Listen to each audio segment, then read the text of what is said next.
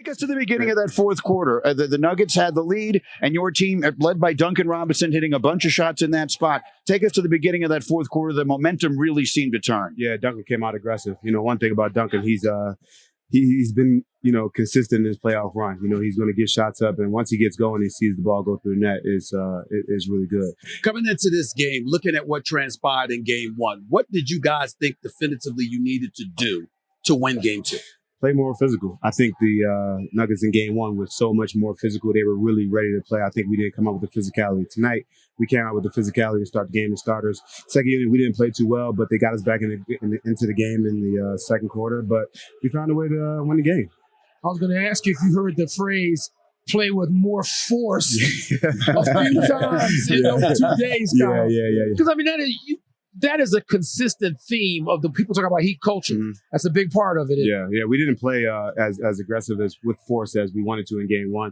But also, we had great looks in game one. Max Strus came out tonight, hit 4 threes in the first quarter. So that kind of helped and, got us some energy. But like I said, it's about force. They got great players in Jamal and Jokic, and we just had to take out all the other guys a little bit. Kyle, congratulations. The key to playing a long time in this league is the ability to have your ego and your game reinvent itself. You and Kevin Love have done that with the Miami Heat. Y'all both brought a championship pedigree that's way bigger than anything on the stat sheet. Talk about what it was like for you to see him in the starting lineup, getting double-digit boards, and also you knocking down threes and playing well also. I think Kev is just the ultimate pro. He's been here. He changed our locker room, honestly, with his energy and effort, his vocalness, his sarcasm, honestly. But, having me and him out there, we're just trying to keep everybody calm and steady. And for me, and both of us coming off the bench, we know our roles. We understand our roles. We understand who's our best players, who we got to keep going. And, we're just like the extensions of the coach. I'm sorry, but you said an interesting thing a moment ago about keeping the other guys in check. Yeah. And in this game, Nikola Jokic had 41 points, but he only had 4. He did. I ain't gonna lie, I didn't know that. He had 4. He had 41, but he only had 4 assists. What can you tell us about the game plan defensively? It certainly seemed as though there was a concerted effort to make sure he wasn't able to get everyone else involved. Force and physicality, right? Not letting them get easy baskets on the cuts. I think last game one, Aaron Gordon started out with 12 first quarter points in the paint, and we weren't as aggressive in not letting them cut. We let them cut everywhere. Tonight, we were a little bit body on and making sure they were going over top. I didn't know he had 41. So, we found a way to win the game. That's all that matters. Any hesitancy about Miami winning game two, I think, stems from the fact that they just looked so much bigger than you guys in game one. Again, you talk about force, you talk about physicality, but you look at their size of end and you just say, how on earth is Miami going to overcome this? It's about making perimeter shots. Y'all did that tonight. You missed about 16 wide open 3-point shots in game one.